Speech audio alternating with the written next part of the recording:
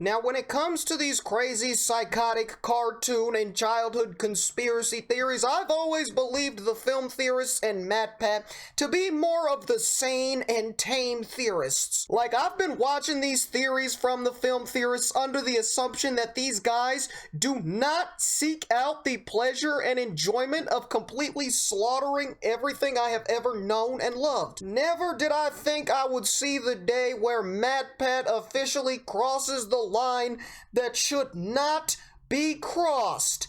Is Wall-E Satan?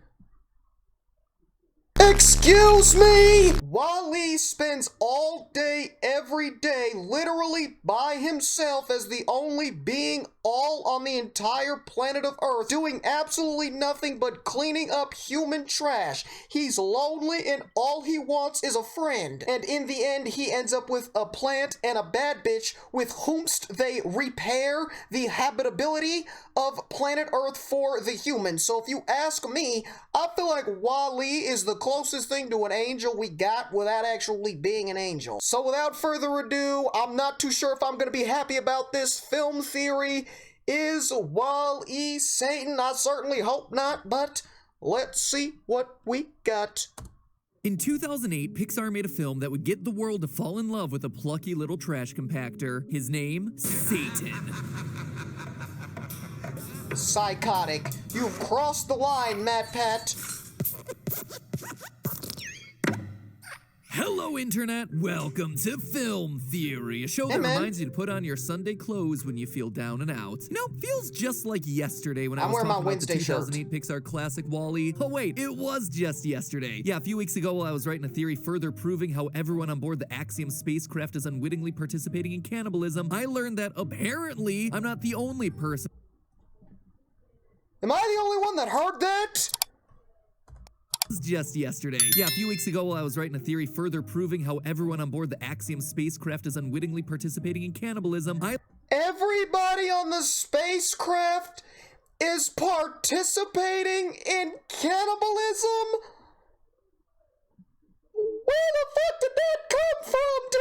I learned that apparently I'm not the only person to see a sinister underbelly to this heartwarming story of robot love in space. Back in 2017, a Reddit user by the name Vexelius had a wild idea. What if Wall-E, the robot, was Satan, and the whole space opera was a retelling of the biblical story of humanity's downfall in the Garden of Eden? Now, I know what you're thinking. Where the hell did this come from? Wall-E's a movie about an adorable robot who spends every day and night picking up human trash, and the humans are fat as hell up in space, and he finds him a robot with a big old badonkadonk clap to robot cheeks. They find a plant and it's a happy ending. You're telling me it's a representation of the Garden of Eden?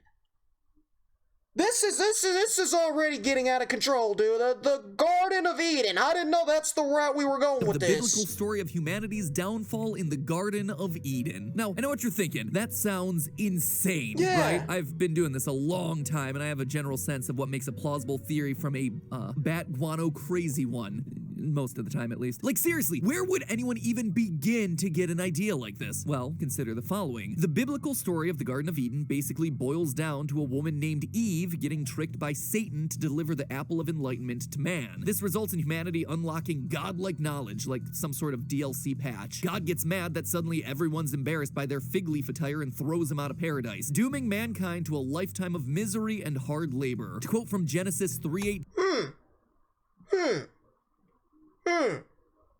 So it was the woman's fault for ruining mankind. Typical. Dooming mankind to a that was a joke, by the way. Please relax. Lifetime of misery and hard labor. To quote from Genesis 3:18, cursed is the ground because of you. In pain you shall eat of it all the days of your life. Thorns and thistles it shall bring forth for you, and you shall eat the plants of the field. By the sweat of your brow you will eat your food until you return to the ground, since from it you were taken. For dust you are, and to dust you will return. Yeah, real feel-good story, that one. But now let's look at the story of Wall-E, which boils down to a robot named Eve receiving a seedling from Wall-E, a seedling that unlocks knowledge in humanity. These are called farms. humans will put seeds in the ground and they grow food like pizza. Good night, Captain. You dumbass. Computer, define dance. This is an average That American knowledge right causes here. the humans to give up their carefree trip through the cosmos with unlimited cupcake and a cup refills in order to return to Earth, where they're not only forced to get out of their hover chairs and use their legs for literally the first time ever in their lives, but they're surprised by the fact that this planet is a bit of a fixer-upper. Farming.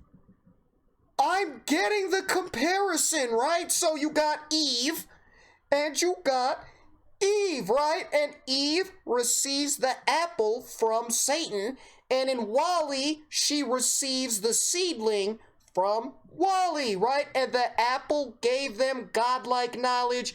God said, hell no, and he doomed them of a life of hard labor, right? The seedling gave the humans knowledge that Earth can now be inhabited by the humans, and now they've got to use hard labor just to be able to walk for the first time. I can see the connection. I don't like it. I hate it. It's hurting my feelings, but I can see it. You kids are gonna grow all kinds of plants. Vegetable plants, pizza plants. Once again, humanity's given up paradise I for still think somebody should figure out how to do that. Growing pizza out of the ground. I feel like that was you could become the world's greatest human being ever known. You figure out how to grow pizza. hard labor, farming out of the harsh wastelands of the Earth. And it all starts with the actions of one little robot named Wall-E filling the Satan role by giving Eve the seedling of enlightenment. And all of this is without even mentioning Wall-E's love of musicals, his favorite, Hello Dolly. Just saying, wake up here, sheeple. Long story short, in 529 words, Vexelius outlines his magnum opus, a theory that received widespread coverage across the internet. But does the theory hold up? Today we're getting biblical and psychological to answer the age-old question, is Wall-E Satan? What is paradise? Was humanity lured out of the spaceship of Eden by a little yellow robot in love? All of that and more in today's episode as we see whether Vexelius has a point. Ladies and gentlemen, I think you all know what this means. It's Morty time. Leave your theories in the comments below. I'll pick my favorites in the next episode of Morty. Yeah. Now, when you Banger. break this theory down, there are just some evidence points that can't be denied. Wall-E, the movie, has a character named Eve. The story Yeah. of creation also has a character The named woman, Eve. They yeah. both bring back a plant that unlocks knowledge in humanity, getting us to question our place in the world and ultimately leave a seemingly idyllic life in paradise, whether that's the Garden of Eden or on board the Axiom. I mean, doesn't get much more clear-cut than that, so theory confirmed? Yeah, then? yeah. Well, almost. You see, to me, the maker or breaker of this theory boils down to one main question. Is the axiom really a stand-in for paradise? Sure, a lot of the small stuff around the edges of this theory line up real nicely, but the central question is whether humanity is ever really in paradise in the first place. And what I mean by that is whether the axiom as a cruise liner spaceship is able to fulfill all of humanity's needs in the same way that the Garden of Eden is said to be paradise in the biblical retelling. So that then seems to be our best place to start. The Garden of Eden was introduced in the book of Genesis, the first book of the Hebrew Bible and the Christian Old Testament. There are certainly plenty of passing mentions of it elsewhere, and obviously tons of artwork along the way, but in general, we're going to try to stick to the original source material's description, which, shockingly, doesn't give you a whole lot to work with. There are only 10 short verses actually describing the garden itself. 4 of them are dedicated to its rivers, and a solid 0 of them talk about what day-to-day life in the garden was actually like, or even meant to be like. So it could have just, so we don't know anything about the life in Garden of Eden. We just know about the Garden of Eden, you know what I'm saying? We just know that it's supposedly paradise.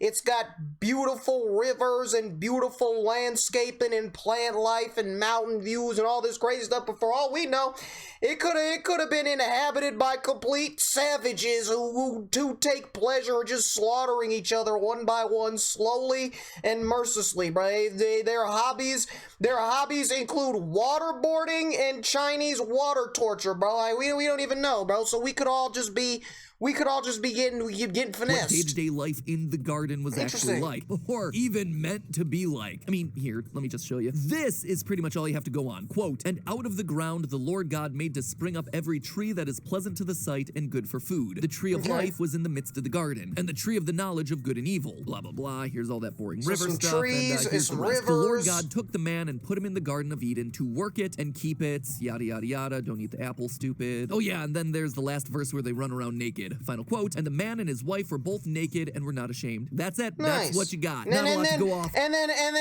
Adam clapped some cheeks, and then boom, mankind is born, and now we're all here today. Okay, I got we're gonna that. have to read between the lines here. Basically, what we can infer is what you'd expect from years of seeing this story retold a bunch of times. Eden is a beautiful garden where there is no shame, endless food, and pure innocence. God's big issue with the apple of enlightenment is that suddenly humanity is granted knowledge of good and evil, implying that paradise is a place of blissful ignorance to the bad in the world. So, does the axiom fit the bill? Well, yeah. The people don't seem to need jobs, they get unlimited beverage refills, and they're carted around by neat hover chairs that prevent them from ever having to walk around. The temperature is always 72 degrees, they have no knowledge of whether it's That sounds nice, bro.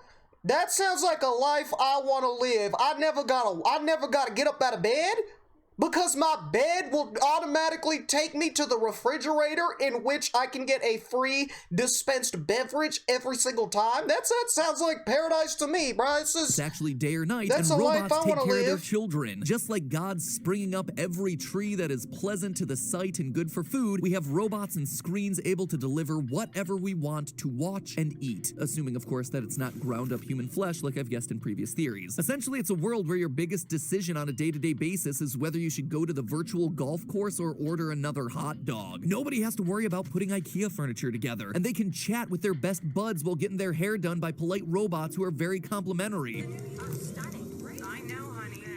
This does seem to be living the dream, as Hell yeah. presumably there's no poverty, no war, no stressful work schedules, no dangerous weather conditions to interrupt your game of virtual tennis. According to the commentary on the WALL-E DVD, director Andrew Stanton said that the people aboard the Axiom, after hundreds of years of being immobile, have regressed into big babies with shrinking arms and legs and ears that aren't fully formed. Again, if paradise is truly defined to be a state of perpetual innocence while being supervised by an all-powerful being, then yeah, being able to return to the state of a baby in your hover chair while the AI cares for you is the literal definition of paradise. As if all of these parallels weren't enough, eating the apple is the event that Bro, so you're saying if humanity would regress back into just a bunch of giant man babies, we would all be happy? I don't see anything wrong with that, bro. You know what I'm saying? Like, let's all, like there would be no body shaming if all of us were fat. You know what I'm saying? Like, and then who are you to judge me? You just as big as I am. You just as fat and lazy as I am. You know what I'm saying? Everybody's fat as hell. I feel like that's a dream. Let's all just be morbidly obese, bro. That is true paradise. As if all of these parallels weren't enough, eating the apple is the event that introduces the idea of death into the creation myth. In Genesis 2:17, God warns Adam and Eve, quote, "But of the tree of knowledge of good and evil you shall not eat, for in the day that you eat, you shall die." Likewise, on board the Axiom, people live long lives. When we first meet Captain McCree, we scan past a wall of portraits. 5 people who served as captain long before him, each with an average tenure of around 133 years, implying that people on board the ship live a long time. Adding up the captain's terms for these 5 people, and you get yourself a whopping 666 years. 666. Oh my God, bro! That was intentional, bro. That was it. Disney and Pixar know what they doing, bro. I've seen the screenshots of it, like in Lion King. I was supposed to say like 6 in the clouds and stuff, right? There's like innuendos in every Pixar movie, bro. That's intentional. That was intentional. They know what they're doing. 666. It's the sign of the beast. The devil's numbers. I mean, that is super weird. I don't even know what to say about that, but it's right there. It's right there on the wall, and it feels really intentional. Like, you don't just randomly stumble on that number. Captain McCree's tenure could have started whenever. The odds of it landing 666 years after the Axiom's voyage started is just, it's uncanny. Maybe the animators put that in as a joke, or maybe as a sign that this theory is actually right on the money. 666 years after the voyage starts, McCree becomes captain, and it's on his watch that Wally comes to cause the fall of humanity back to Earth. Or maybe, just maybe, it's the exact opposite. The Axiom is in paradise. It's actually HE double hockey sticks. For as much of a carefree life as the Axiom seems to offer on the surface, if you look a bit closer, I don't know, man. Unlimited beverages doesn't sound like hell to me, bro. I feel like if I'm in a place with unlimited beverages, I feel like that's heaven for me, bro. Like, I could just get chocolate milk dispensed at will. That is the good life, bro. I'm not sure where you're going with this, Mr. Matt, sir. For as much of a carefree life as the Axiom seems to offer on the surface, if you look a bit closer, you start to see some cracks in its civilization. We hear passengers say, "Look, I'm tired of having the same argument over and over," while another mutters something about jealousy. And let's not forget that when we first meet our main human, Mary, she's talking to her friend about this. Don't get me started on the date. Every holiday I have been on has been a virtual disaster. If I had one who wasn't so superficial, you know? There are good men out there. We get hints that there's jealousy, arguments, bad dates on the ship, which means that problems still exist here. Also, the passengers aboard the Axiom have been so engrossed in social media, advertisements, and consumerism that they've completely forgotten about the joys of face-to-face interactions and touch. The people aboard the ship don't create anything. They don't appreciate what they have. Their dependence on technology has made them impatient and angry. Across all psychological research, there are I keep telling y'all, bro, we keep building all of these wild and advanced robots, and it's never good for society. I keep telling y'all, bro, the robots are bad news. The robots are a terrible idea, and this is what's gonna happen. If you keep building robots, we all gonna end up fat as hell, floating through the cosmos on a spaceship. That's what's gonna. I keep telling you, these robots are not a good idea. Things that time and time again are proven to make people happy: close personal relationships, a challenging job or hobby, and helping others through pro-social behavior.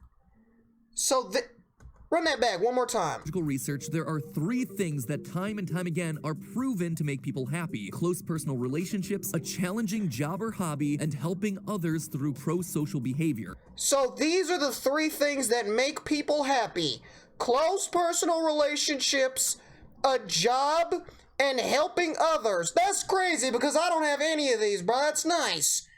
That's nice, bro. Is that why I'm always in a constant state of despair? I have no friends, I ain't got no job, and I ain't helped nobody. That's nice, man. Relationships, nice. a challenging job or hobby, Matt. and helping others through pro-social behavior. Right in the heart. That's the secret to raising your overall happiness meter. And those are 3 things that are decidedly lacking. He's just calling me out. He's saying, "Hey, Chris, if you want to be happy, get a job and some friends, you fucking loser." Nice, man. Well, thanks. Your overall happiness meter. And those are 3 things that are decidedly lacking from the Axiom. And research has shown that the things the Axiom does offer, like more stuff, doesn't move the needle at all, except for very short temporary spikes in happiness. You'll notice that in all the shots of people on board, there are never shots of people smiling, of them laughing. There is no emotion on board except being numb. In short, the Axiom is in paradise, it's hell. Tearing people away from their loved ones, forcing them into a constant cycle of consumption, anesthetizing them with a constant onslaught of screens so there are no hobbies or challenging activities, immersing them in a self-centered wasteland. Even the Garden of Eden knew the dangers of being completely complacent. In Genesis 2 verse 15, we learned that God placed Adam in Eden so he could take care of the gardens and trees. It means that Adam was forced to do actual work like pruning and cultivating the land while he was in paradise. Sure, the Axiom might have trappings of paradise: limitless food, perpetually sunny skies, being waited on hand and foot, a carefree So you telling me God was capping? He's saying, nah, this is paradise. This is everything you've ever wanted and loved and desired in your life, but you gotta put in the work, bro. You gotta put in them hours, bro. You gotta get them hard. The manual labor, you gotta put in overtime if you want to be eating on some apples, bro. That's nice, dude. That's nice, Paradise, man. limitless food, perpetually sunny skies, being waited on hand and foot, a carefree lifestyle. But even if you strip away the consumerist dystopia that it is, that's not what humanity actually wants. It's not what we need. That's not what science has shown psychologically makes us happy. We thrive on being challenged, by having agency in our lives, by learning, by overcoming, and by doing that for the community of people around us. So what does all of this mean for the Wall-E is Satan theory? Well, I think it's great. The parallels are all absolutely there. So then I feel like this is the opposite, bro, because you're saying that paradise, right, or the axiom, right, the spaceship, that it was actually hell, and it was bad for the humans, and it was not good, right? Wall-E found that fucking plant, and that plant allowed the humans to come back down to Earth and get off the spacecraft and stop being badasses, right? So I feel like that's a good thing. He's improving humanity. He's advancing them to where they should be. You know what I'm saying? Whether you think they're regressing back or they're moving forward. You know what I'm saying? He's doing good for humanity. So I'm failing to see how that makes him Satan. You know what I'm saying? This evil, almighty, devilish being. Is Satan theory? Well, I think it's great. The parallels are all absolutely there, even down to the devilish 666 hidden in the captain's quarters, which, gotta admit, still really creepy, Pixar. Come to think of it, has anyone noticed that detail before? I'm sure someone must have. It didn't come up in my research. It was just as I was writing this theory, I'm like, wait, 666? Oh, that's weird, man. And if you define paradise how the Garden of Eden did, which is being innocent and naive to the cares of the world, then the axiom, yeah, comes pretty darn close. So on that front, I'd say, theory confirmed. Wall-E is the unintentional serpent that brings about the fall of humanity. But the thing is, paradise is more than just innocence and cupcake slushies. Paradise comes with an assumption of happiness, of agency, and the people on board the axiom aren't happy, they're placated, they're numb, they're distracted, they're in an endless stasis. That is not paradise. In fact, it's pretty much the exact opposite. Looking at it from that perspective, Wall-E is the one that saves us from HE. Yeah, that's what I just said. That would make Wall-E, what? Noah? Moses? Jesus? Yeah, it's probably that one, isn't it? Wall-E is Jesus. Wall-E is overturning merchant Jesus. card tables with his little Hell hydraulic yeah. arms. Don't know how people feel about that one. Anyway, here's the long and He short of has this risen. Morty. It's a great theory that, for as absurd as it sounds, absolutely holds up. Sure, I can nitpick here and there about perspectives and what does or doesn't qualify as paradise, but in my book, it's about as close as some of the strongest theories get. So consider the Wall-E is Satan theory, theorist approved. Vexelius's theory finishes by saying, quote, "It wouldn't be surprising if generations later the people in Wall-E's universe start telling tales of a time when they lived in a place of eternal bliss, until a tempter gave a woman named Eve a plant which led to humanity's downfall." Honestly, I could see that happening too. Nice. But, they'll probably skip over the part where they had to suck down the bodies of dead shipgoers as their main source of protein. Can you But stop hey, saying that's that? just a theory. All right. Film theory. All right, so you can look at this theory in two ways, right? If you look at it completely paralleled with the Garden of Eden, then yes, Wall-E plays the Satan role, right? You've got Eve, the woman, right? And then you've got Eve, the woman robot, right? Wall-E finds a plant, Satan finds the apple, gives it to the woman, right? They eat it, right? But in terms of the Wall-E case, right, she brings it back to the humans, right? Eve is granted with this godly knowledge that's dooming, it ended up dooming them to an eternity of hard labor, right? Eve brings these plants to the humans, and it forces the humans to get off of their paradise spaceship and forced to, start walking and talking and doing things again back down on the earth. So yeah, in that case, Wall-E does play the same role. But if you were to look at it from the other perspective and sort of think about how the spaceship isn't really paradise and it's actually very terrible when it comes to the happiness of human beings, and then yeah, the spaceship is more hell, and Wall-E brought them out of hell, making him Jesus. And that's a happy ending that I like to see, you know what I'm saying? And then MatPat's gonna go in there and throw personal shots at me, reminding me, hey Chris, you got no friends, no job, that's why you ain't happy, bro. That's nice, bro. But this theory went in two completely different directions, and I wasn't expecting either of them. But this was still a pretty crazy and a pretty wild theory. I think Wall-E, the most wholesome robot on planet Earth, could be Satan, it still somehow makes sense, but then you can also argue the opposite, you know what I'm saying? So this theory it's wholesome, it's also absolutely terrifying, it's still making my head hurt, but it's also easy to follow, man. So this was definitely a pretty crazy experience.